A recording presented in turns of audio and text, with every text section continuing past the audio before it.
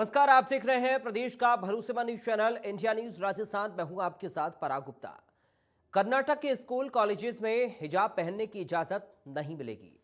Karnataka high court ने फैसला सुनाते हुए हिजाब पर बैन को बरकरार रखा है। हाई कोर्ट ने कहा कि हिजाब इस्लाम का अनिवार्य हिस्सा नहीं है। स्टूडेंट स्कूल या कॉलेज की तयशुदा यूनिफॉर्म पहनने से इनकार नहीं कर सकते हैं। हिजाब के समर्थन में मुस्लिम लड़कियों समेत दूसरे लोगों की तरफ से लगाई गई सभी 8 याचिकाएं हाईकोर्ट ने खारिज कर दी। Chief justice Rituraj Awasthi, justice Krishna S Dixit और जस्टिस काजी जयबुन्नेसा मोहिद्दीन की 3 मेंबर वाली बेंच ने राज्य सरकार के 5 फरवरी को दिए गए आदेश को भी निरस्त करने से इनकार कर दिया। छात्राओं ने हिजाब पर कर्नाटक हाईकोर्ट के फैसले का विरोध किया। वहीं सुप्रीम कोर्ट में कर्नाटक हाईकोर्ट के फैसले को चुनौती देने वाली याचिका दायर की गई। कॉलेज की 6 मुस्लिम लड़कियों ने हाईकोर्ट के फैसले को सुप्रीम कोर्ट में चुनौती दी है।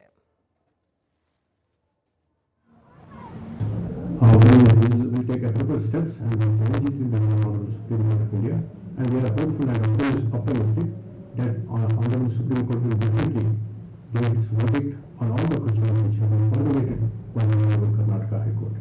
And civil judiciary is totally against the Constitution and also the purport of preamble, which is a part of the Constitution. We are prepared to challenge it before the Honorable Supreme Court of India.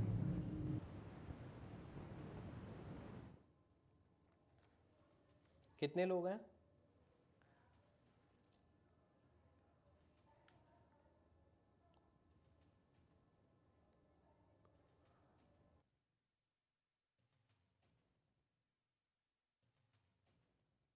जो याचिकाएं लगाई गई थी उन सभी याचिकाओं को खारिज करते हुए कर्नाटक हाईकोर्ट की ओर से कहा गया है, दरअसल हिजाब जो है वो इस्लाम का अनिवार्य हिस्सा नहीं है और ये अनिवार्य नहीं है कि हिजाब पहनना ही ज़रूरी है। इसलिए जो यूनिफॉर्म है स्कूल की उसी में छात्राओं को आना होगा। ये कर्नाटक हाई कोर्ट की तरफ से टिप्पणी की गई है। अब अलग अलग रिएक्शंस लगातार हाई कोर्ट के इस फैसले को लेकर सामने आ रही हैं और अब सुप्रीम कोर्ट जाने की बात भी की जा रही है। तो ये चर्चा आज हम इस पर करेंगे कि जो विरोध लगातार हुआ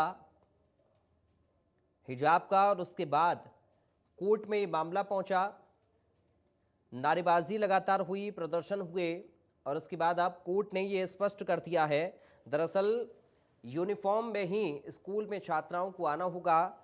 जो तयशुदा यूनिफॉर्म है वही कॉलेज में पहनकर आनी होगी। लेकिन अब इसको लेकर सुप्रीम कोर्ट में जाने की बात हाई कोर्ट के फैसले के खिलाफ की जा रही है। अलग अलग रिएक्शंस भी लगातार मुस्लिम संगठनों से सामने आ रहे हैं, राजनेताओं के सामने आ रहे हैं। कर्नाटक हाईकोर्ट के इस फैसले को चुनौती देने की बात अब कोर्ट में की जा रही है।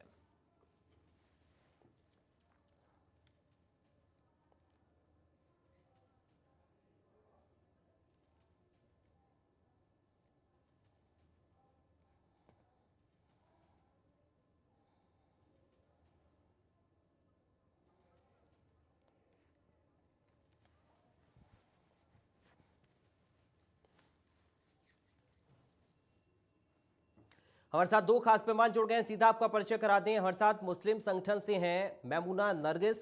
मैमुना नरगिस जी, आपका स्वागत है इंडिया न्यूज़ में। कांग्रेस पार्टी से नेता हैं राजेंद्र मेघवाल जी, आपका स्वागत है। सबसे पहले मैमुना जी, शुरुआत में आप ही के साथ कर रहा हूं। कर्नाटक हाई कोर्ट की जो टिप्पणी है उसको लेकर आपका पहला रिएक्शन मैं चाहूंगा। सर देखिए, पहला रिएक्शन तो मेरा यही है कि उन बच्चियों को कोर्ट में जाने की जरूरत ही पता नहीं क्यों पड़ी, क्योंकि संविधान इजाजत देता है कि हम अपने हिसाब से अपना ड्रेस कोड रख सकते हैं। रहा सवाल कॉलेज या स्कूल के यूनिफॉर्म का, तो सर 12th क्लास तक के हर स्कूल में यूनिफॉर्म है, कॉलेज में यूनिफॉर्म है और तमाम मुस्लिम समुदाय के बच्चे वहां जाते हैं, यूनिफॉर्म में ही जाते हैं। हम उसका आदर करते हैं। हमने कहीं पर भी किसी स्कूल के यूनिफॉर्म का कोई वो अगेंस्ट हमने बात नहीं की कि हम यूनिफॉर्म नहीं पहनेंगे या हम यूनिफॉर्म को ऊपर हम हिजाब लगाएंगे। बच्चों को लेकिन कॉलेज में मुझे नहीं लगता कि कहीं पर भी यूनिफॉर्म ड्रेस कोड है, और यूनिवर्सिटीज में, विश्वविद्यालय में भी ड्रेस कोड नहीं होता है। मेरा तो सवाल इस बात का है कि क्या वो स्कूल या वो कॉलेज जहां पर सबसे पहले ये विवाद हुआ, उसने ये नियम पहले से ही क्यों नहीं लागू किया? मेरा सवाल ये है। ये नियम का ये बात तभी क्यों आती है, ये इस तरह के विवाद मुसलमानों के ऊपर उसी वक्त क्यों आते हैं जब चुनाव नजदीक होता है कहीं का? मेरा ये प्रश्न है मेरा। जब भी कहीं का चुनाव होता है, कभी ट्रिपल तलाक लेकर आ गए, कभी कुछ लेकर आ गए, किसी वक्त नोटबंदी लेकर आ गए, अब एनआरसी लेकर आ गए, अब ये हुआ कि वो उन्हें कुछ और मुद्दा नहीं हुआ तो हिजाब का मुद्दा लेकर आ गए। और दूसरी बात, मैं ये सवाल मेरा है ये सवाल सर, और मैं मीडिया से भी पूछना चाहती हूँ कि आप इन लोगों से ये सवाल करिए कि ये चुनाव के दौरान ही क्यों विवाद होते हैं सर? जब बच्चों के एग्जाम होने वाले हैं, 1-2 महीना रह गया है, इसी महीने में अप्रैल में, मार्च में, लेकिन नरगिस जी, हाईकोर्ट ये कह रही है कि दरअसल इस्लाम का अनिवार्य हिस्सा नहीं है हिजाब, इसलिए जो यूनिफॉर्म है स्कूल में तो वही यूनिफॉर्म पहन के आनी चाहिए छात्राओं को। सर मैं कोर्ट ने कहा कि अनिवार्य नहीं है, ये जरूरी नहीं है। मैं वही बताना चाह रही हूँ, हमारे सभी ग्रंथों में हिजाब अनिवार्य है, मगर यहाँ पर ये समझना होगा हिजाब में और बुर्के में फर्क है। बुर्के का जिक्र कुरान में नहीं है, लेकिन हिजाब का जिक्र कुरान में है। हिजाब का मतलब है आपका सर ढका होना चाहिए। वो जो गाउन हमारा बुर्का है वो इतना जरूरी नहीं है आपका ढीला ढाला लिबास हो, आपके सर के बाल ढके हुए हो, उसको हिजाब कहा गया है सर। वो हिजाब तो लड़कियां जो स्कूल में यूनिफॉर्म के साथ जो दुपट्टा होता है उससे भी ढक सकती हैं। बुर्का अलाउ नहीं है, तो बुर्के को तो वो खुद कर्नाटका की बच्चियां ये कह रही है कि हम क्लास में बुर्का उतार के जाते हैं, हम बुर्के में बैठते ही नहीं है क्लास के अंदर। देखिए सर, ये विवाद हिजाब का नहीं है, ये बहुत बड़ी राजनीति है। मुसलमान बच्चों और बच्चियों को एजुकेशन से दूर करने की है। ये मुसलमानों को समझना होगा उनकी राजनीति को। और मैं अपने सभी जितने भी मुसलमान माँ बाप हैं, मुझे सुन रहे हैं, मैं उनसे ये रिक्वेस्ट भी करना चाहती हूँ कि जो बच्चियां 10वीं में 12वीं के अभी बोर्ड के एग्जाम में बैठ रही हैं या ग्रेजुएशन के एग्जाम दे रही हैं, मेहरबानी करके खुदा का वास्ता उन्हें इस हिजाब के मुद्दे पर पढ़ाई से महरूम ना करें, उनको पढ़ने दें, क्योंकि अगर आप उनको स्कूल से दूर कर देंगे तो वो अपने मिशन में कामयाब हो जाएंगे। वो यही चाहते हैं। लेकिन नरगिस जी, आपको ऐसा क्यों लग रहा है कि ये दरअसल एक प्रोपेगेंडा है जिसको फैलाने की कोशिश की जा रही है और भेदभाव किया जा रहा है? किससे खतरा आपको ऐसा लग रहा है कि कौन ऐसा कर रहा है? क्या राजनीतिक दल ऐसा कर रहे हैं और किस लिए कर रहे हैं? क्या मोटिव इसके पीछे हो सकता है? सर, पूरी एक राजनीतिक दल है, पूरा एक संगठन है जो मैं आपको एक छोटा सा मैं एक एग्जाम्पल के जरिए से मैं आपको बताना चाहती हूँ कि अगर हिजाब ही मुद्दा था, ठीक है, हिजाब ही मुद्दा था, तो फिर इनको सड़कों पे आना चाहिए था ना। दुनिया जहान में औरतें हिजाब में फिर रही हैं, अगर इनको हिजाब से ही प्रॉब्लम थी तो ये दुकानों पे ना घुसने दे हिजाब वाली औरतों को, बसों में चढ़ने ना दे हिजाब वाली औरतों को। सर, मसला हिजाब है ही नहीं, मसला है हिजाब की आड़ में बच्चों को, मुसलमान लड़का लड़कियों को एजुकेशन से दूर रखना, क्योंकि एजुकेशन अब मुसलमान देने लगे हैं, लड़कियों को समझने लगे हैं। बहुत सारे राज्य अभी भी ऐसे हैं जहाँ के शहरों में लड़कियां अभी भी इससे एजुकेशन से दूर हैं, लेकिन माँ बाप धीरे धीरे अवेयर हो रहे हैं एजुकेशन को लेकर और अपनी बच्चियों को पढ़ाने के लिए हायर एजुकेशन दे रहे हैं। अगर लड़कियां पढ़ लेंगी तो इनको मालूम है कि सवाल करेंगी, कानून समझेंगी, संविधान को समझेंगी, हर बात को समझेंगी, नौकरियां मांगेंगे, तो जाहिर सी बात है मुद्दा हिजाब नहीं है। ठीक है, आपके पास लौटूंगा। नरगिस जी, आप हमारे साथ बनी रहिए। हमारे साथ राजेंद्र मेघवाल भी जुड़े हुए हैं। राजेंद्र जी, आपके पास में आऊंगा। हमारे साथ पंकज जोशी भी जुड़ गए हैं, बीजेपी से नेता। पंकज जी, आपका स्वागत है, आपके पास में आ रहा हूं। पहले कहा जाता था कि मुस्लिम लड़कियों को मदरसे से बाहर निकलकर हायर एजुकेशन नहीं दी जा रही है, उसके लिए कोशिश लगातार की जाती रही सरकारों की ओर से भी कि कैसे भी करके कम से कम जिन अल्पसंख्यकों का हम जिक्र हमेशा करते हैं उनको एक हायर एजुकेशन हम दें और उनको वो सारी चीज़ें मिलें जो बाकी छात्रों को मिल रही हैं। मदरसों में जो आधुनिक पढ़ाई नहीं हो पा रही है उनको बाकी कॉलेजेस में जाकर उनको पढ़ाई मिले। लेकिन अब देखिए, नरगिस जी कह रही हैं कि दरअसल ये एक सोची समझी साजिश है ताकि आगे ना बढ़ाया जा सके, उनको पढ़ाई से वंचित रखने के लिए ऐसा किया जा रहा है। ऐसा क्यों नरगिस जी को लग रहा है? पंकज जी, मैं चाहूंगा आप इस डाउट को क्लियर करें।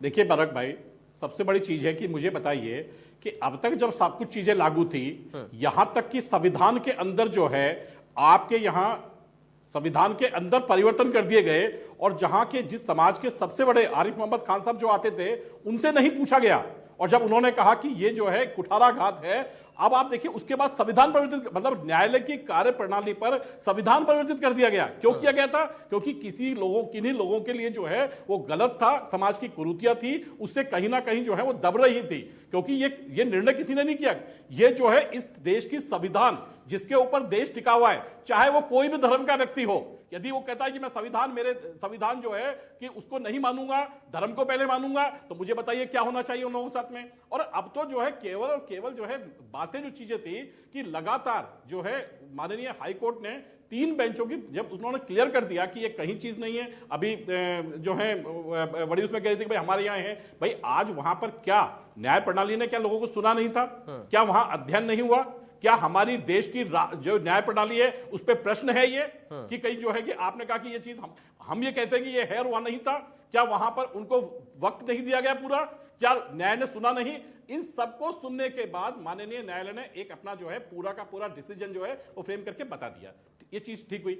अब ये कह रहे हैं कि साहब हमारे वक्त पर ये जो है इन लोगों को रोका जा रहा है। मैं कह रहा हूं नहीं, उल्टा अब तो बढ़ावा दिया जा रहा है, क्योंकि लोगों को आगे आना चाहिए, निश्चित रूप से आना चाहिए। मुझे बताइए कि आज एक चीज बताएं सबसे बड़ी, कि यदि आपको इतना ही दर्द था तो मुझे बताइए कि जब अब्दुल कलाम साहब को सेकंड बार जब बनाने के लिए तैयार थे वो, तब किन लोगों ने रोका उनको? हाँ, किन लोगों ने रोका? मैं तो कह रहा हूं वो तो शायद जो है किसी समाज से भी नहीं थे, वो तो एक आइकॉन थे, भारत के आइकॉन, जिसके कहते हैं कि किसी सब चीजों से ऊपर उठ करके, सब चीजों से, धर्म वरम जितने भी चीजें थे उससे उठ करके एक आइकॉन थे। इस देश को जो है वो सब चीजें मिली, लेकिन हमने क्या किया? हमने नहीं बनने दिया। राजनीतिक तो वहां थी, राजनीति यहां नहीं थी। इसीलिए कह रहा हूं कि जो कह रही है बिल्कुल बातें, बहुत सारी चीजें बात सही है कि ये जो चीजें हैं ये कहीं ना कहीं जो है ये बड़ी बातें हैं कि ये जो चीजें हैं बार बार इन चीजों को ला करके कहीं ना कहीं जो है वही तुष्टिकरण की नीतियां, कहीं ना कहीं उन चीजों को, मुझे बताइए भाई किन चीजों की दिक्कत थी? आज किन चीजों पे बात होनी चाहिए? आज सब चीजें देश के अंदर हर एक चीज के लिए बाकायदा जो है संविधान है, संगठन है, एजेंसीज हैं, सब चीजें हैं, लेकिन कहीं ना कहीं कुछ लोगों को परेशानी थी। आज जो है अब हमने बार बार कहा, और बहुत सारे लोगों तो जो है इससे पहले भी ऐसी बात नहीं कि पहले नहीं कहा, पहली बार भी आपने कहा न्यायालयों की चीजों को न्यायालय जो चीज करता है, मैं कह रहा हूं कि ये चीज ठीक है। और जो बात कह रहे थे कि भाई हिजाब का जो है, भाई आज भी आप मुझे बताइए ना कि बाहर तो कोई रोक नहीं है, बाहर यदि आप पहनते हैं, हिजाब पहनते हैं, बाजार में जाते हैं, निकलते हैं, कहीं रोक नहीं है। मुझे बताइए कि रोक है क्या? कह रहे हैं कि दरअसल वही तो है कि शिक्षा से वंचित रखने के लिए ऐसा किया जा रहा है, इंस्टीट्यूशंस में शिक्षा से वंचित रहे इसलिए ऐसा किया जा रहा है। ऐसा क्यों लग रहा है अंदर? मुझे बताइए शिक्षा कहाँ रुकेगी इससे? पराग भाई शिक्षा कहाँ रुकेगी? पराग भाई शिक्षा कहाँ रुकेगी? है जब आप नहीं देखिए, मैं कह रहा हूं शिक्षा जब आप लेने जा रहे हैं, आपके कहीं ना कहीं नहीं, मानसिकता को इतना विकृत मत कीजिए ना भाई। कॉलेज के गेट को बंद करके इतना विकृत मत कीजिए ना, जो दहशत क्यों परिवर्तन करते हैं कि इनकी बहन और हमारी बहन में फर्क है? और जो मुझे बताइए क्यों फर्क है पराग गुप्ता जी, इनकी बहन में और हमारी बहन में क्यों फर्क है भाई? राजनीति समझ में नहीं आ रही हमको कि क्या राजनीति हो रही है। हमारी बच्चियां पढ़ ना सके, बस हमारी बच्चियां ऊंची तालीम हासिल कर रहे हैं ना, तो कल को ऊंची तालीम हासिल करके अच्छे लीडर भी बन सकते हैं, अच्छे मंत्री भी बन सकते हैं और अच्छी जॉब कहीं भी नहीं थी। ये किन्होंने मुद्दा उठाया? जिन लोगों ने मुद्दा उठाया उनसे पूछिए ना। नीतियों के ऊपर पराग भाई मैं पूछ रहा हूँ, ये मुद्दा किसने उठाया? कौन लोग गए? इसलिए हमारा मुंह बंद किया जाए। आप कह दीजिए ना, हाँ चले जाएंगे, क्या दिक्कत होगी थी भाई? शिक्षा से चलिए ठीक है, लौट रहा हूं मैं लौट रहा हूं आप दोनों के पास। आप कहते कि नहीं हम तो ऐसे ही आएंगे। मुझे बताइए क्या आज आपका पराग भाई, आज आपके स्टूडियो में आने का कोई ना कोई तो जो है रूल्स होंगे ना? ठीक है, चलिए थोड़ा सा रोक रहा हूं। ठीक है, चलिए नरगिस जी, पंकज जी, मेघवाल जी को लाते हैं अब डिबेट में। ठीक है, राजेंद्र मेघवाल जी, क्यों नरगिस जी को इस बात का डर है कि छात्राओं को पढ़ाई से वंचित रखा जा रहा है? और देखिए हाई कोर्ट की टिप्पणी है, कहा जाता है कि कोर्ट की जो टिप्पणी है उसका सम्मान करना चाहिए, तो फिर उसका विरोध क्यों? मेघवाल साहब।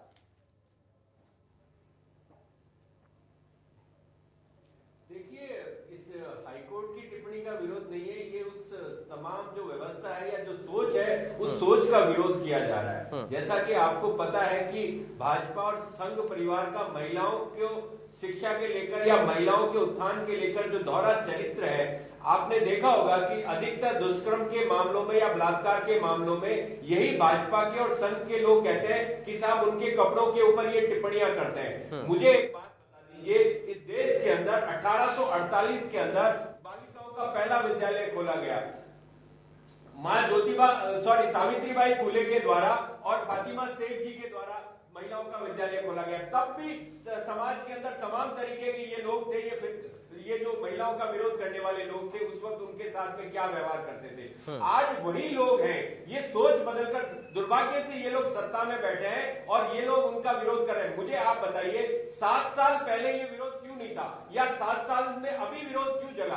आप इस चीज को देखिए कि विरोध करने वाले वो लोग कौन थे जिन्होंने उन बालिकाओं के ऊपर गंदे इशारे किए या फप्तियां कसी या उनके कपड़ों के ऊपर लेके जो बात की। आप मुझे एक बात बता दीजिए, इस देश के अंदर पराग भाई, पराग भाई क्या ये नहीं पराग भाई कौन लोग थे? क्या ये सीधे सीधे धर्म के ऊपर बात कर रहे हैं? क्या सीधे सीधे धर्म पे बात कर रहे हैं? कहे इनकी पार्टी, हाँ आज मैं कहता हूँ, आप कहे इनकी पार्टी कि हाँ उस धर्म के लोग करते हैं ऐसा नहीं कहते कि कहे इस धर्म के लोग हैं। अरे शर्म तो उनको आनी चाहिए जिन्होंने जो है विधानसभा में कहा, राजस्थान की विधानसभा में इनके मंत्री ने कहा और बेशरम जो है स्पीकर जो है सुनते रहे।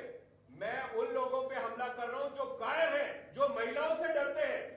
प्रधानमंत्री ने 2018 में कहा था कि मैं मुस्लिमों के एक हाथ में कुरान और एक हाथ में कंप्यूटर देखना चाहता हूं। तो क्या ये प्रधानमंत्री इस बात को देश को बताएंगे कि लड़कियां अगर पढ़ना चाहती है, अगर वो हिजाब पहन के भी या सर ढक के पढ़ना चाहती है तो क्या आपत्ति है? लेकिन मैं देखिए आपको एक बात बताता हूं, स्कूलों के अंदर यूनिफॉर्म है और सब स्कूलों की यूनिफॉर्म मानने के लिए तैयार है। अगर विश्वविद्यालयों के अंदर या कॉलेजेस के अंदर जहां यूनिफॉर्म नहीं है वहां पर ये गुंडागर्दी क्यों करते हैं? ये गुंडे वहां पर पहुंच के लड़कियों के साथ में अभद्र व्यवहार करते हैं, उन लड़कियों को पढ़ने से रोकना चाहते हैं। ये इस गुंडागर्दी का विरोध है। आज आप देखिए कोर्ट में कौन गया? वही लोग गए ना जिनको कि इन लोगों का फायदा पहुंचाना है। जबकि हम चाहते हैं कि लड़कियों का नामांकन कैसे बढ़े, लड़कियां ज्यादा से ज्यादा हमारी तालीम कैसे प्राप्त करें, कैसे वो बड़े से बड़े पहुंचे तक पहुंचे। पंकज जी इसका जवाब देना चाह रहे हैं कुछ? पंकज जी बोलिए। आपको पता होगा बाबा साहब ने जब महिलाओं को मैं जवाब देता हूं, मेरी बात पूरी नहीं हुई। जब बाबा साहब महिलाओं को बराबरी का अधिकार देना चाहते थे, तब यही लोग ने बाबा साहब और मतलब नेहरू जी का विरोध किया था। तो आप इन चीजों का चरित्र देखिए, इनको अपने गिरेबान में झांकने की जरूरत है। ये लोग महिलाओं के सुधा से विरोधी रहे और ये लोग डरते हैं। अगर महिलाएं पढ़ ली, आधी आबादी पढ़ ली तो इनको सवाल पूछेगी और ये सवालों से बहुत घबराते हैं। ठीक है पंकज जी बोलिए। देखिए पराग भाई, मैं सबसे बड़ी बात तो आपको एक चीज बता दूं कि अभी जो है जो बड़ी बात कर रहे थे, पूरे हिंदुस्तान में एक नंबर पे, पहले नंबर पे राजस्थान की विधानसभा के जो है मंत्री ने ये माना कि हां हमारे यहां सबसे ज्यादा रैप होते हैं, हम पूरे देश में नंबर 1 हैं। मुझे बताइए कौन लोग हैं भाई वो, ये बताइए इनके लोगों ने माना।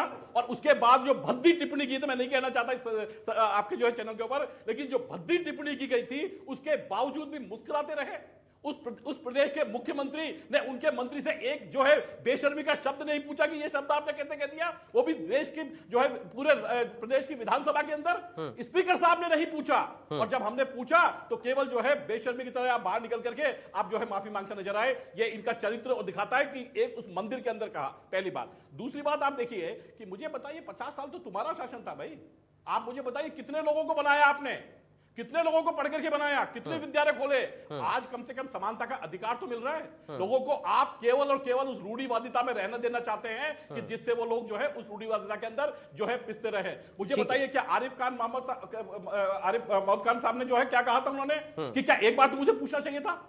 आपने जब माननीय कोर्ट ने डिसीजन दिया तब भी आपने तुष्टीकरण के कारण केवल जो है कुछ लोगों के कारण आपने अपने नियम परिवर्तित कर दिए। इस देश के अंदर जो है संविधान में सब लोगों को छूट है, हर एक आदमी कोई किसी भी चीज का हो वो अपनी बात कह सकता है और यदि कोई बात से असहमत है तो न्याय प्रणाली में जा सकता है, न्याय प्रणाली में। और यही वो लोग हैं जिन्होंने उस राम मंदिर के टाइम पर भी ये प्रश्न उठाए थे कि हाई कोर्ट के जब डिसीजन आए थे, इलाहाबाद हाई कोर्ट के डिसीजन पे ठीक है, तरीके की बदतमीजी की थी। ठीक है, ठीक है, ठीक है, नामुमकिन जो है शब्द दिए थे और यहाँ तक कह दिया था कि भगवान श्री राम तो जो है काल्पनिक है। ठीक है, चलिए ठीक है दरगिश जी, मैं आपसे अब जवाब लेना चाह रहा हूं। मुझे बताएं कि कौन सा पॉलिटिकल पार्टीज ऐसी है जो कि इस मुद्दे पर राजनीति नहीं कर रही है। सर सभी कर रहे हैं, मुसलमानों के साथ तो राजनीति सभी कर रहे हैं। 70 साल से कांग्रेस कर रही थी और केंद्रीय सरकार भी कर रही है। कौन सी पार्टी है, मैं किसका नाम लूं सर? सभी मुसलमानों को बेचारा असहाय समझकर उनके ऊपर जुल्म पे जुल्म करने को तैयार है। कोई इनडायरेक्टली कर रहा है, कोई डायरेक्टली कर रहा है। मगर मैं यहाँ ये बताना चाहती हूँ कि मुसलमान ना तो मजबूर है, ना असहाय है, ना बेचारा है। हाँ, ये जरूर है कि वो सीधा साधा जज्बाती कौम है कि जो जज्बात में बह जाती है। कांग्रेस ने अगर कुछ मीठी बातें कर ली तो वो कांग्रेस में बह जाती है, बीजेपी ने अगर कुछ मीठी बातें कर ली तो उसमें बह जाती है। और एक चीज और मैं यहाँ पर कहूँ सर, मुसलमान बीजेपी का दुश्मन नहीं है, ना बीजेपी के अगेंस्ट है। जब माननीय अटल बिहारी वाजपेयी जी थे, क्या कोई मुसलमान बीजेपी के खिलाफ आपको नजर आया? नहीं आया। मुसलमान उन नीतियों के खिलाफ है जो मुसलमान के खिलाफ हो रही है, उसके शरय को छेड़छाड़ कर रही है। उनके शिक्षा हो, चाहे किसी भी तरीके के अधिकार, उन अधिकारों को छीनने की बात कर कौन से अधिकारों का हनन हुआ नरगिस जी, आप बताइए। देखिए पंकज जी बैठे, उनसे हम जवाब भी लेंगे क्योंकि वो बीजेपी के प्रवक्ता हैं, बीजेपी के नेता, उनकी जिम्मेदारी बनती है। बताइए कौन से अधिकार जिनका हनन हो रहा है? आप मुझे बताइए, जब एनआरसी सीए आया तो हमारे माननीय गृह मंत्री जी ने माइक पे खड़े होकर ये क्यों कहा कि ये एनआरसी और सीए उन लोगों के लिए जिनको ड्रेस कोड से पहचाना जाएगा? बताइए, ड्रेस कोड से किसको पहचाना जाएगा? नरगिस जी, हालांकि देखिए हमारी डिबेट का मुद्दा आज एनआरसी नहीं है, लेकिन जितना मैं जानता हूं एनआरसी का इस देश के लोगों से मुझे लगता नहीं कि कोई लेना देना है। एनआरसी का तो इस देश के लोगों से कोई लेना देना ही नहीं है।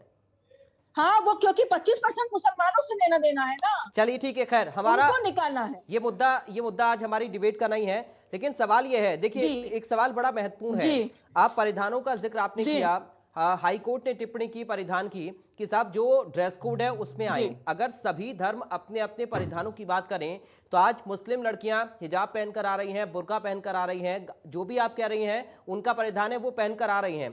कल को हिंदू लड़कियां भी भगवा गमछा डालकर आएंगी, दुपट्टा ओढ़कर आएंगी। कल उसके बाद फिर जो सिख है वो भी अपने परिधान का जिक्र करेंगे, जो बौद्धिस्ट हैं वो भी अपने परिधान का जिक्र करेंगे।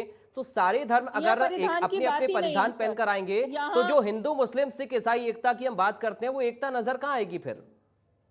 मैं उसका जवाब आपको देना चाहती हूँ सर। आप मुझे बताइए, यहाँ परिधान की तो बात ही नहीं हो रही है ना, यहाँ तो एक राजनीति चल रही है। बात तो परिधान की है ना, मुद्दा कहाँ से छिड़ा नरगिस जी? मुद्दा कहाँ से छिड़ा? परिधान से ही छिड़ा ना। सर कहीं अगर सभी धर्मों के छात्र छात्राएं अपने अपने परिधान में कॉलेज के अंदर आएंगे तो हम जिस एकता की बात करते हैं वो एकता कहाँ है फिर? हम पंथ निरपेक्ष देश की बात करते हैं, संविधान की प्रस्तावना में लिखा हुआ है ये देश पंथ निरपेक्ष देश है। सेकुलरिज्म की हम बात करते हैं तो फिर एकता कहाँ दिखेगी? फिर तो सब अलग अलग हम कैटेगराइज कर रहे हैं ना, उसको डिफरेंशिएट कर रहे हैं। तो सही सर, बोलने तो दीजिए मुझे। नहीं आप बोलिए, मेरा सवाल है ये। जी मैं जवाब दे रही हूँ सर। एकता की बात आप कर रहे हैं ना, एकता अगर थी ना उस स्कूल के या कॉलेज के अंदर तो वो कायदे से खामोशी से बच्चों को बिठाकर लड़कियों से बात करते और उनको नोटिस देते। ये नहीं कि वो दहशतगर्दों को कॉलेज के अंदर घुसा के और बदतमीजियां करवाते, नारेबाजी करवाते। हर चीज का एक नियम और कानून होता है। छात्र हैं जो विरोध कर रहे थे वो भी कॉलेज के हैं और जो समर्थन में थे वो भी कॉलेज के हैं। बाहर से आए थे 100 लड़के बाहर से। उस लड़की ने खुद बयान दिया है कि 100 से ज्यादा लड़के बाहर के थे, वो बाहर के थे, कॉलेज के नहीं थे। मेरा सवाल यह है कि यूनिफॉर्म पहनने से ना तो कोई मुसलमान इनकार कर रहा है ना हम इनकार कर रहे हैं। मैं तो ये बात कह रही हूँ कि ये मुद्दा इस तरह से राजनीतिक परिवेश में क्यों उठाया गया, उसको एक शैक्षिक परिवेश में क्यों नहीं उठाया गया? पढ़े लिखे टीचर्स थे, उस्ताद थे उन बच्चियों के, उनको पढ़ाने वाले गुरु थे।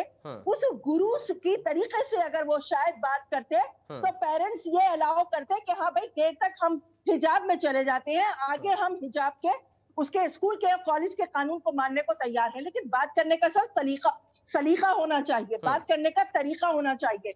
कोर्ट ने जो भी फैसला लिया है, कोर्ट ने कहा कि यूनिफॉर्म होना चाहिए, यूनिफॉर्म होना चाहिए, हम मना नहीं कर रहे हैं सर, ना हम यूनिफॉर्म का उल्लंघन कर रहे हैं। मेरा सवाल ये है कि ये यूनिफॉर्म का उल्लंघन सिर्फ उसी वक्त क्यों हुआ जब चुनाव हो रहे थे, या उसी वक्त क्यों हुआ जब बच्चों के इसका जवाब हम पंकज जी से ले लेते। पंकज जी, दरअसल नरगिस जी का सवाल ये है कि अगर लड़कियां हिजाब पहनकर आ रही हैं और वो कह रहे हैं कि साहब हम कॉलेज की गेट तक आते हैं, कॉलेज के अंदर हम क्लासरूम में बैठने से पहले अपने हिजाब को उतार देते हैं, अपना स्कार्फ हम उतार देते हैं, तो फिर इससे दिक्कत क्यों है? और हिजाब का शिक्षा से क्या संबंध है सर? पंकज जी। देखिए पराग भाई, मैं बता रहा हूं आपको कि ये जो कह रहे हैं कि ऐसा नहीं था, वहां नहीं था, मुझे बताइए कि मुझे लगता है कि जहां पर जो चीजें थी, एक भी एफआईआर किसी अन्य व्यक्ति के खिलाफ हुई? कोई भी इन्होंने कोई आइडेंटिफाई किया कि ये व्यक्ति बाहर का था? जी। तीसरी चीज, अब आप ये कहेंगे साहब वहां तो ये जो है, अब आप ये जब बात आती है तो किसी संस्था में बात नहीं करेंगे, वो कहेंगे कि भाई हमने जो कहा वो सही है। वहां पर लगातार जो नोटिस की बात थी, नोटिस दिए गए, वहां पर जो बात थी लगातार कहे गए। इसके बाद सरकारी नोटिफिकेशन निकाला गया, सरकारी नोटिफिकेशन निकाला गया पूरे जगह के लिए एक अलग से, कि ये जो ड्रेस कोड्स होंगे जो इनके हैं, इनके नियम मान्य होंगे। इसके बाद आपने रोडों पे प्रदर्शन किसके साथ खड़े होकर किया? खड़े होकर किसके लोगों के साथ किया? इसको उस प्रदेश से लेकर के पूरे देश में कौन लोग लेकर के आए, इनके तो जान कीजिए। और जो बात कर रहे हैं, मुझे बताइए ये एमवाई फैक्टर किसने लागू किया था वहां पर यूपी में? कौन लोग थे वो लोग? तो ये जब अपने फैक्टर्स लागू होते हैं तो वहां जाकर के मुखरता से बोलना चाहिए कि ये फैक्टर नहीं होगा, हम जो है इस चीज के साथ रहेंगे। मैं कह रहा हूं कि हाँ, बिल्कुल ठीक कह रही है नरगिस जी कि कुछ लोग जो है इन चीजों को लगातार ये मानते हैं कि ये जो वोट बैंक है, ये हमारा जो है बिल्कुल जो है एक तरीके से जो है खरीदा हुआ वोट बैंक है, ये कहीं ट्रांसफर नहीं होगा। ये बात बिल्कुल ठीक कह रही है। मैं कह रहा हूं कि ये जो फैक्टर्स है इनकी जांच की जानी चाहिए, इनको खुद को भी समझना चाहिए और देखना भी चाहिए क्यों हो रहा है। अब बात करता हूं, नरगिस जी ने कहा कि जो है अटल बिहारी वाजपेयी जी की सरकार, बिल्कुल ठीक कहा आपने। नरगिस जी, मैं आपको कहना चाहता हूं, पिछले 7 सालों के अंदर आपने देश के अंदर कभी दंगे देखे? आपने कभी जो है बम फटते हुए देखे? और जब पहले बम फटते थे तो आतंकी किसके ऊपर इशारे पर नाम जाता था? किन लोगों के ऊपर उंगलियां उठती थी? इस देश के अंदर जो बदनाम करने की कोशिश की गई ना, उनसे पूछे कि वो बेशर्मी से कैसे करते थे, छिप करके कैसे काम करते थे। तो मैं कह रहा हूं कि आज जो है ज्यादा खुश है या पहले थे, जब एक भी चीज नहीं हो रही है कि आज पूरे देश में अमन चैन है, आज उन पे प्रश्न नहीं उठ रहे थे। आपके चैनल पे मैं बहुत बार आया हूं कि जब ये लगातार होते थे कि जब बम फूटते थे, दूसरे के लोग उठते थे, दहशतगर्द होते थे और पूरी कौम को बदनाम करते थे, तब भी जो है मैं कह रहा हूं कि वो लोग चुप होते थे। क्यों? क्योंकि इन लोगों को उस चीज का जो है फायदा लेना होता था। लेकिन आज इस देश के अंदर जो है कानून व्यवस्था से लेकर के आज उन सब लोगों को बराबर के अधिकार मिलने के कारण जो है लगातार कहा गया है। और इसी कारण से आज आपने प्रधानमंत्री जी का जब भाषण था तब उन्होंने कहा होगा, उन्होंने बहुत साफ सा कहा कि हम लोगों को जो है उन माता बहनों ने भी वोट दिया जो हमें वोट नहीं दिया करते थे। मैं कह रहा हूं कि ये चीज इसलिए है क्योंकि आप जो है जब उन चीजों से बढ़ेंगे, आगे उठेंगे, पढ़ करके आएंगे तो निश्चित रूप से आप उनकी नीतियों पर, उनकी वर्किंग पर देंगे। लेकिन जब तक आप उनको अपने उसमें बनाए रखेंगे, ये मुझे बताइए जातिवाद का फैसला कब हुए थे, कैसे हुए थे? उनसे पहले ये अभी हमारे भाई कह रहे थे कि बाबा साहब, अरे बाबा साहब की तो मैं बात आपको बता दूं, बाबा साहब का देहांत जो है वो दिल्ली में हुआ। और दिल्ली में आप देखिए कि जितने जो हैं, जिस पार्टी के वो लोग हैं, उन पार्टी के खानदान के सबके जो हैं उनके बने, उनको तो वहां भी आपने जो है उनको जो है अंतिम जो है उसमें भी पंकज जी, टाइमिंग को लेकर सवाल नरगिस जी ने खड़ा किया कि क्यों समय समय पर ऐसे मुद्दों को हवा दी जाती है जिनका चुनाव में राजनीतिक फायदा पार्टीज को मिले। ये एक बड़ा सवाल है, इस पर मैं लौट कर आऊंगा। हम छोटे से ब्रेक के लिए रुक रहे हैं, हेडलाइन का वक्त हो रहा है।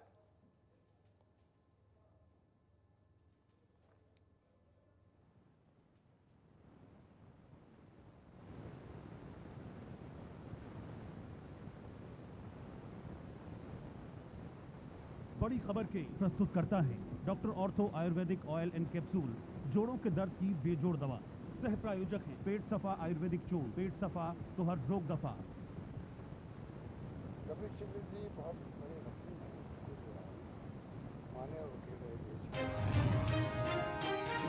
मुख्यमंत्री अशोक गहलोत ने G23 के नेता कपिल सिब्बल के खिलाफ खोला मोर्चा, कहा वो कांग्रेस कल्चर के आदमी नहीं, उन्हें कांग्रेस की ABCD भी पता नहीं।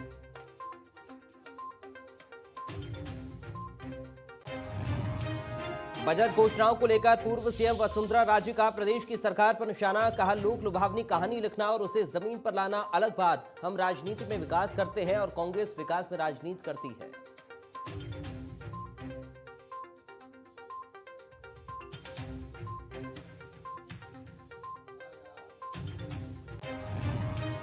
जोधपुर के लूणी में देह व्यापार का भंडाफोड़, पुलिस ने होटल से 4 युवतियों और 2 युवकों को किया गिरफ्तार, 1 लाख से ज्यादा की रकम भी बरामद।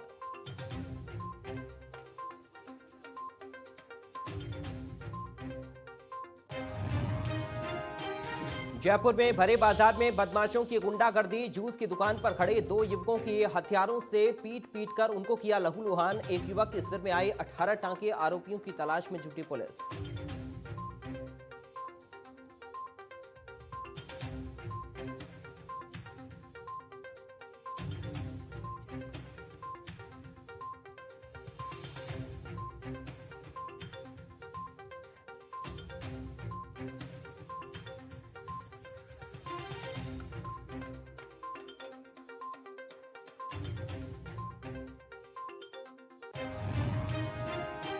तो चर्चा लगातार कर्नाटक हाईकोर्ट की टिप्पणी को लेकर हिजाब विवाद पर हम कर रहे हैं। हमारे साथ 3 खास मेहमान लगातार बने हुए हैं। ब्रेक के बाद अब सीधा मेघवाल साहब आपके पास में आ रहा हूं। क्यों समय समय पर यह मुद्दा उठता है, क्यों समय समय पर ऐसे मुद्दों को हवा दी जाती है जिनका राजनीतिक फायदा मिले, ऐसा आरोप नरगिस जी लगा रही हैं। और सवाल यह है कि कौन सी ऐसी राजनीतिक पार्टी है जिसने मुसलमानों पर राजनीति नहीं की है। यह बड़ा सवाल है। नरगिस जी ने कहा कि 70 सालों से कांग्रेस करती आई और अब बीजेपी कर रही है। दोनों पर सवाल है, जवाब आपको भी देना पड़ेगा। मेघवाल साहब।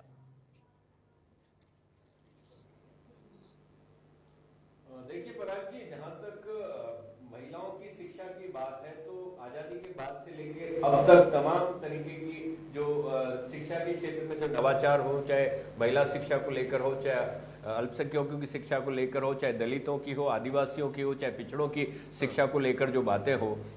और आपको पता होगा कि इस देश के पहले प्रधानमंत्री पंडित जवाहरलाल नेहरू ने और आपके जो डॉक्टर भीमराव अंबेडकर साहब ने जिस तरीके से महिलाओं को शिक्षा के माध्यम से या राजनीति के माध्यम से जिस तरीके से अधिकार दिए, उन अधिकारों का एक कांग्रेस का एक लंबा चौड़ा इतिहास है। और उसमें मैं जाना नहीं चाहता, क्योंकि कांग्रेस हमेशा से महिलाओं को बराबरी के दर्जे के देने के पक्ष में रही है।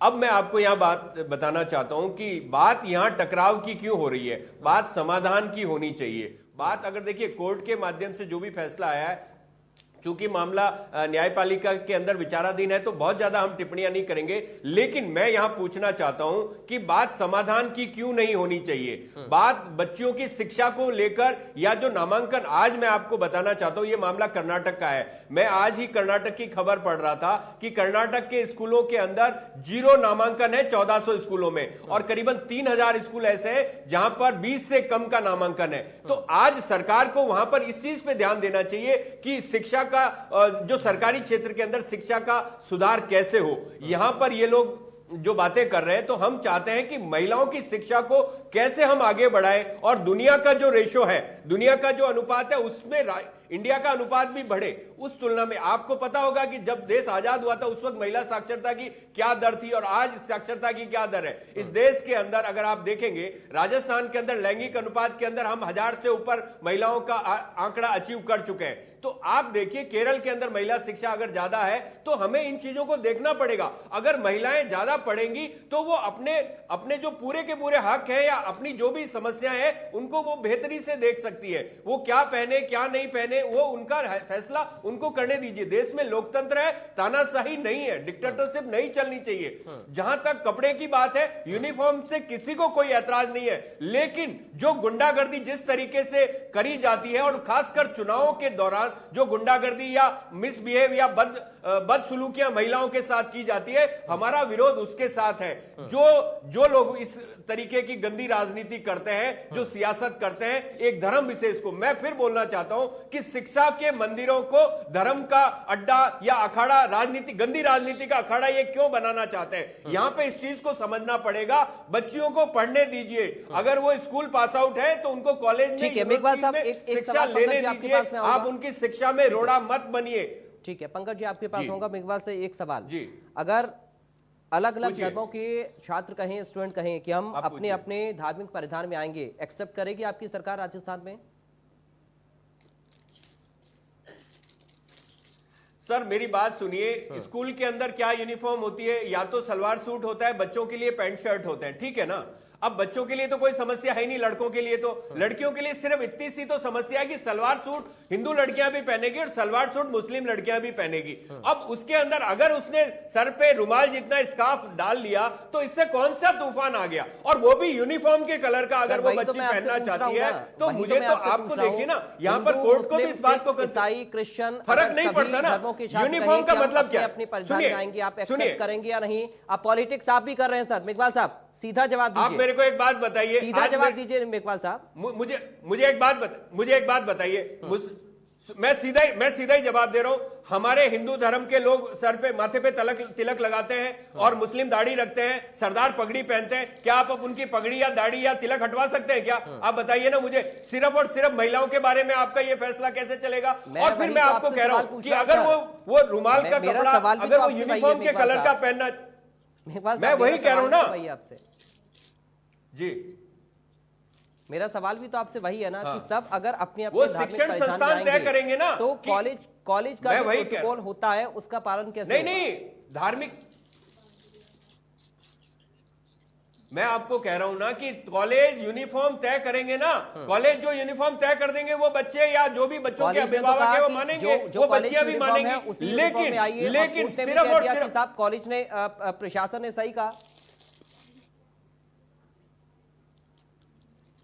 क्या कोर्ट ने भी तो इस बात को कहा क्या ना कहा कि प्रशासन ने जो सही? आदेश दिया गया, जो निर्देश दिया गया हेलो? यूनिफॉर्म को मैं लेकर, वही तो कह रहा हूं ना। हाँ। आपको देखिए आप कंफ्यूज कर रहे हैं यहां पर। मैं आप confuse हिजाब नहीं और कर रहा बुर्के सर। को लेके मुझे कंफ्यूज लगता है कर या रहे तो हैं। आप सवाल आपको समझ नहीं पा रहे हैं या बुनियादी फिर मेरे फर्क को सवाल का समझना जवाब होगा। देना नहीं नहीं चाह रहे नहीं, हैं। आप बिल्कुल क्योंकि पॉलिटिक्स आप भी कर रहे नहीं हैं नहीं, सर, मैं आप मानिए सवाल मत समझ मानिए। गया हूं, मैं सवाल समझ गया हूं। मैं ये नहीं, मैं ये कहता हूं कि बच्चियों का बुनियादी अधिकार है शिक्षा प्राप्त करना।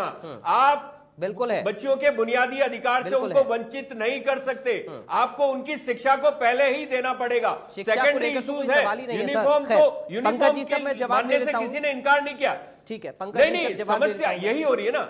सवाल यही हो रहा है कि उनकी बच्चियों की यूनिफॉर्म को लेकर उनके ऊपर उनकी शिक्षा को लेकर टारगेट चलिए किया जा रहा पंकज है, जी, वो बहुत गलत है। चलिए पंकज जी मुझे बताइए कि अगर हिजाब पहनकर लड़कियां आ रही हैं और वो कह रही हैं कि हम क्लास में जाने से पहले उतार रहे हैं, तो इससे शिक्षा कैसे प्रभावित हो रही है सर?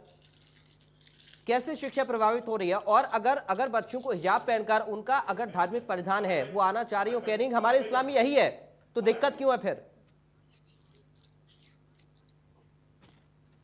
पराग भाई देखिए, बात इस चीज की नहीं है। पराग भाई, दो बात करता हूं। पहली बात मैं दो चीजों बात करता हूं। सबसे पहले पराग जी, आप पराग जी, मैं एक मिनट बोलूंगा। आप इनको कह दीजिए कि आप कुर्ता पजामा पहन के आइए, आप पैंट शर्ट क्यों पहन के आए, तो इनको कैसा लगेगा? आप बताइए ना।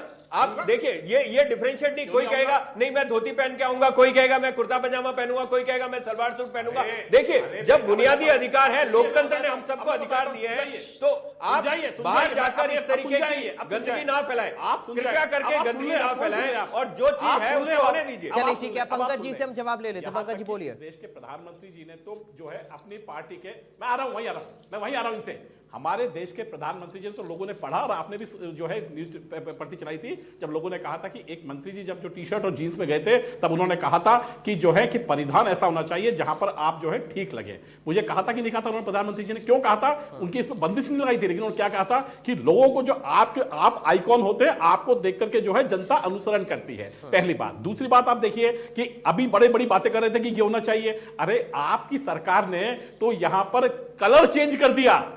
आपने यूनिफॉर्म का जो कलर आपकी ही सरकार लाई थी, कलर तो आपकी कलर सरकार ने जो है कई परिवर्तन वर्षों कर का दिया कलर, कि कहीं ना यूनिफॉर्म कहीं का जो कलर, है ब्लू शर्ट इसका जो है आपने चेंज किया परिवर्तित था कलर करके तो। क्यों? कलर तो क्योंकि आपने वो चेंज जो किया है क्योंकि किसी आपका संगठन की उससे मिलता था। कॉमर्शियल मुझे गेम था बताइए, उसमें, सुन जाइए, आप अपने लोगों को फायदा पहुंचाना चाहते थे। और बताता हूं और समझाइए, और बताता हूं।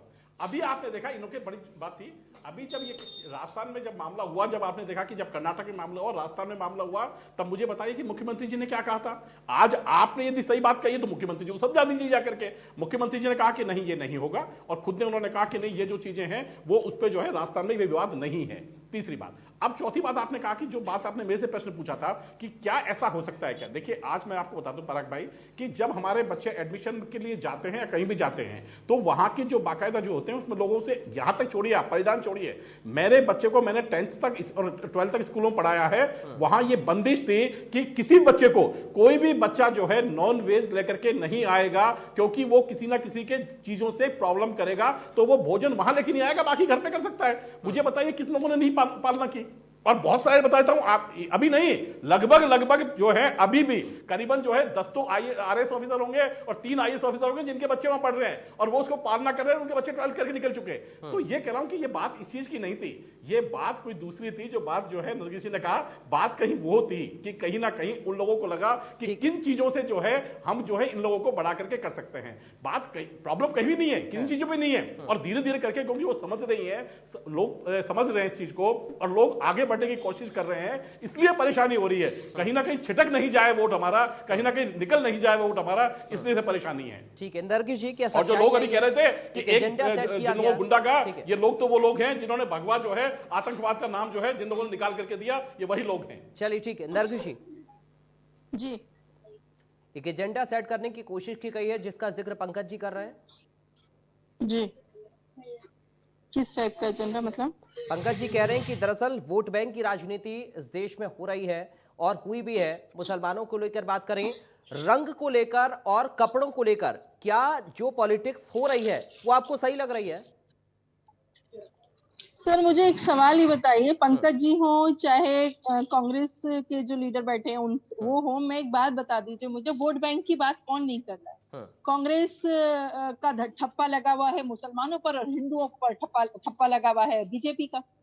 तो वोट बैंक तो दोनों पार्टियां बनाए हुए हैं। एक पार्टी जो है वो मुसलमानों से हमदर्दी दिखाकर उनसे वोट बैंक लेती रही, एक पार्टी जो है वो हिंदुत्व राष्ट्र के नाम पर वोट बटोरे जा रही है, गलत नीतियां लाकर उसने तो मतलब ये हालत कर दी। मैं दो चीजें मैं एक जरूर कहना चाहूंगी आपके चैनल के माध्यम से कि जो केंद्रीय सरकार के दो नारे हैं ना, सबका विकास, सबका साथ और सबका विकास, और बेटी बचाओ और बेटी पढ़ाओ, मुझे लगता है कॉन्स्टिट्यूशन से वो दो नारे हटा देने चाहिए। क्योंकि ना तो बेटियां ठीक से निकल ही पा रही हैं घर से सुरक्षित, चाहे किसी भी राज्य की बात कर लीजिए आप, आंध्र प्रदेश में भी हादसा हो चुका है, यूपी में भी हो चुका है, राजस्थान में भी हो चुका है, जम्मू कश्मीर में भी हो चुका है। मैं किस किस राज्य की बात करूं और किस किस पार्टी पर मैं उंगली उठाऊं?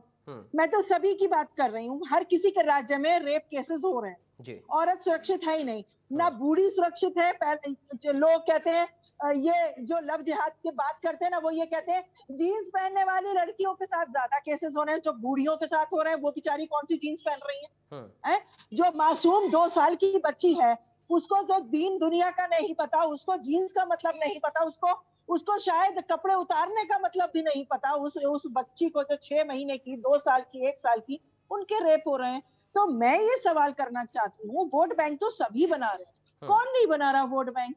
कोई हिंदुओं को बना रहा है, कोई दलितों को बना रहा है, कोई मुसलमानों को बना रहा है, वोट बैंक तो सभी बना रहे हैं। जनता तो बेवकूफ बन रही है, जज्बात में बह रही है, क्योंकि हिंदुस्तान की जनता जो है ना वो जज्बाती है। जिसने मीठी मीठी बातें की, जिसने उसके मतलब की बात की या ऐसी बात की जो जज्बात पर सीधे चोट करे, वो उसको वोट देकर आती है। ये मुसलमानों में भी है, ये हिंदुओं में भी है और ये दलितों में भी है। ये आप शायद मेरी बात से इत्तेफाक रखते होंगे। मैं यहाँ कोई हिंदू मुस्लिम की बात ही एक बात की बात नहीं कर रही हूँ, मैं तो सभी पार्टी की बात कर रही हूँ। दूसरी बात क्या है कि रहा सवाल यूनिफॉर्म का, तो यूनिफॉर्म को फॉलो वो बच्चियां खुद कह रही हैं, मीडिया पे आके उन्होंने कहा कि हम क्लासरूम में बुर्का नहीं पहन रहे। तो मसला क्यों उठा? फिर मुझे ये समझ नहीं आया, चुनाव के दौरान और परीक्षा के नजदीक ये विवाद उठाने का क्या वजह थी? ये पूरी की पूरी एक राजनीति थी, इसके सिवा कुछ और नहीं थी। वोट बटोरना था, बटोर लिया, बहुत अच्छी तादाद में बटोर लिया वोट, बहुत कायदे से बटोर लिया, तो वो वोट की राजनीति थी। और एक बच्चियों को के मुंह के ऊपर आप शिक्षा संस्थान का गेट बंद कर रहे हैं। मुझे लगता है इससे बड़ा दुर्भाग्य उस देश का नहीं हो सकता जहां बच्चियों को पढ़ने से रोका जा रहा है। इससे बड़ा दुर्भाग्य नहीं हो सकता, क्योंकि बच्चियां वैसे ही एजुकेशन हिंदुस्तान के अंदर बहुत कम है, उसमें अगर माँ बाप इतना हौसला दिखा रहे हैं कि अपनी बच्चियों को पढ़ाना चाहते हैं, तो उसमें सरकारों को आगे आना चाहिए, चाहे वो कोई भी सरकार, उसको आगे आना चाहिए, उन बच्चियों को हौसला देना चाहिए। आप कनाडा में चले जाइए, लड़कियों की शिक्षा मुफ्त है, पूरी कॉलेज तक, विश्वविद्यालय तक बच्चियों की शिक्षा मुफ्त है वहां पर कनाडा में। क्या हमारी सरकार को ऐसा कोई कदम नहीं उठाना चाहिए कि बच्चियों की शिक्षा को मुफ्त रखे, ताकि ज्यादा से ज्यादा तादाद में बच्चियां तालीम हासिल कर सके, शिक्षित हो सके? क्योंकि मैं एक बात यह कहना चाहती हूँ सर, एक मर्द शिक्षित होता है ना तो वो खाली एक खानदान को और एक परिवार को पालता है, लेकिन एक औरत शिक्षित होती है ना तो वो नस्लों को पालती है, नस्लों को शिक्षित करती है। औरत की शिक्षा सबसे ज्यादा जरूरी है। जी, शिक्षा बहुत ज्यादा जरूरी है, ये आपकी बात एकदम सत्य है और इस पर काम करने की बहुत ज्यादा जरूरत भी है। एक आखिरी कमेंट आपका मैं चाहूंगा, अभी हाई कोर्ट ने टिप्पणी कर दी है, इस पर बता दिया है कि दरअसल यूनिफॉर्म जो है वो जरूरी है, सुप्रीम कोर्ट में अब जाने की बात हो रही है, इस पर आपका एक आखिरी कमेंट मैं चाहूंगा। अब मैं सिर्फ इतना ही रिक्वेस्ट करना चाहूंगी सर, उन माँ बाप से, उन बच्चियों से भी के राजनीति का हिस्सा न बने, उनके मिशन को कामयाब न होने दें। जो भी परीक्षाएं आ रही हैं उसको परीक्षाओं को अपनी मेहनत के साथ करें आप, और पर्दे को, हिजाब को आप स्कूल के गेट तक लेकर आए, उसके बाद उतार। ठीक है मेघवाल साहब, बहुत जल्दी एक शार्प कमेंट। ठीक है मेघवाल साहब, एक शार्प कमेंट।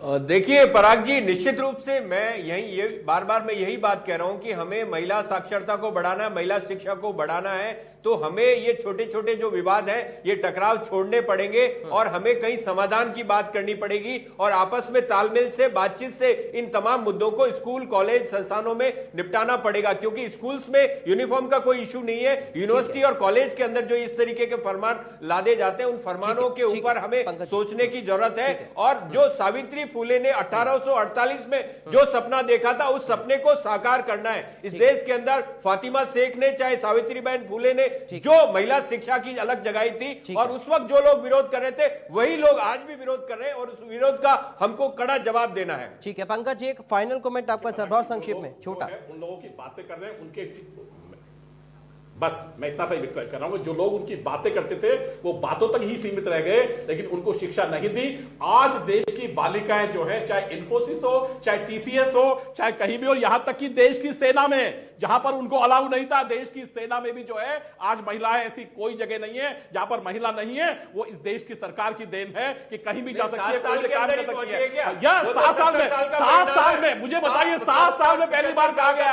अरे भाई 70 साल में होते तो आपकी दशा नहीं होती। 7 साल में सिर्फ 7 साल तक पढ़ सकते हो। 70 साल के अंदर जनरेशन बदली है, महिलाओं का आमूलचूल परिवर्तन हुआ। ये लोग उस चीज को रोकना चाहते हैं। जनता को मत कोसिए। 7 साल में कुछ नहीं हो सकता। चलिए ठीक है, जुमले दिए आपने, चलिए ठीक है, अच्छी बात है, कम से कम महिलाओं को लेकर आप लोग झगड़ रहे हैं, अच्छी बात है। महिलाओं को आगे बढ़ाने को लेकर कदम हर सरकार को उठाने होंगे और बहुत ज्यादा जरूरी भी हो जाता है। और आज जिस मुद्दे पर हम बहस कर रहे थे, फिलहाल आज के लिए हमारे पास समय, इस बहस के लिए इतना ही। बहुत शुक्रिया नरगिस जी आपका, बहुत शुक्रिया पंकज जी आपका, बहुत शुक्रिया राजेंद्र मेघवाल साहब आपका हमारे साथ जुड़ने के लिए। तो कर्नाटक हाईकोर्ट की टिप्पणी है, दरअसल इस टिप्पणी में कहा गया है कि यूनिफॉर्म जरूरी है और इस्लाम का अनिवार्य हिस्सा हिजाब नहीं है। लेकिन अब सुप्रीम कोर्ट में जाने की बात हो रही है। पॉलिटिकल रिएक्शन भी लगातार इस पूरे मामले को लेकर सामने आ रहे हैं। शिक्षा को लेकर सवाल है और राजनीति को लेकर सवाल है। नमस्कार।